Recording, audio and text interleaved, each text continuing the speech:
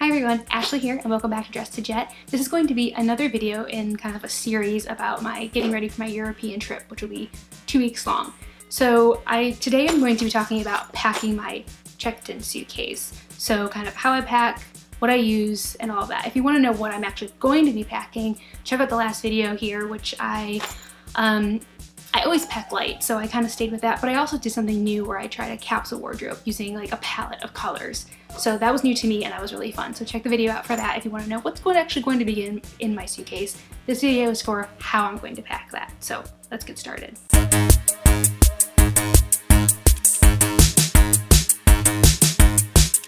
So my packing strategy. So I'm a roller. It just works. I know a lot of people arguably people hate the rolling of their clothing, but I think it works. It pretty much keeps everything together.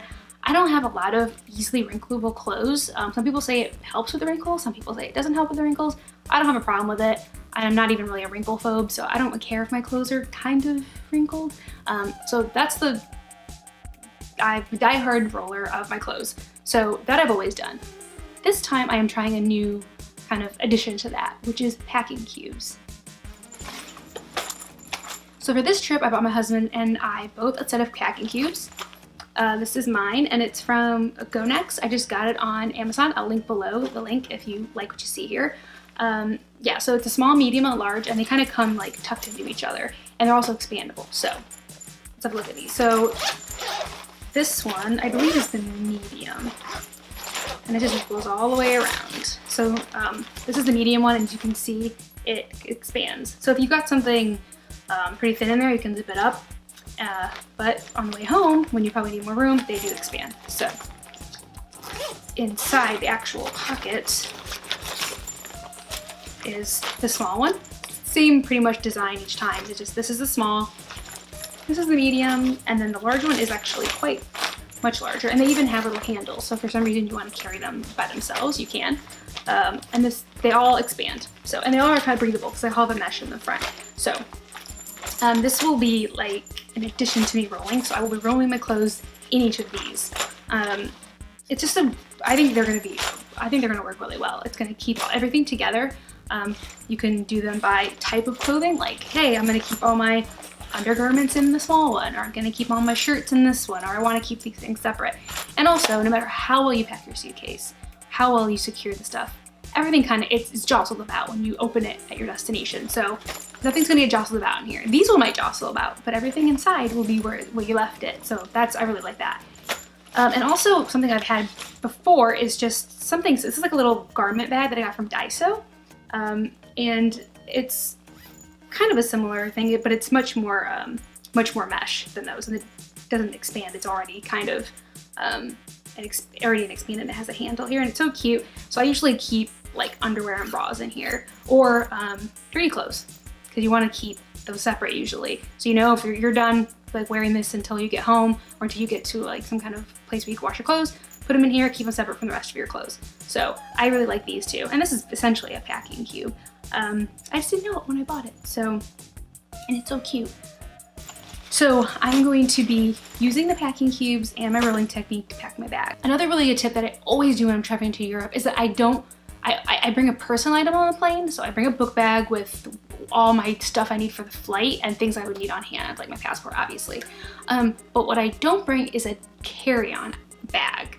I always bring a tote or something that is the right size, but it's collapsible, that I put in my checked bag. So on the way home, I have a completely free bag on the way home that is empty. But that is a really good tip that it's never steered me wrong, and it's always worked out well for me. And plus, when you're getting on you just have less with you. There's no point bringing a personal item and a carry-on bag that when your carry-on bag is half full, you know what I mean? It's kind of just a waste. So save that space, collapse it in your check bag, and then you have a whole bag left to bring it back. And also, if you're packing light, you also have half your suitcase empty too. So it just like gives me peace of mind that I'm gonna have enough room to bring whatever I want back. So that'll be included when I'm packing as well. Okay, that's enough talking. Let's get packing. Cue the time lapse.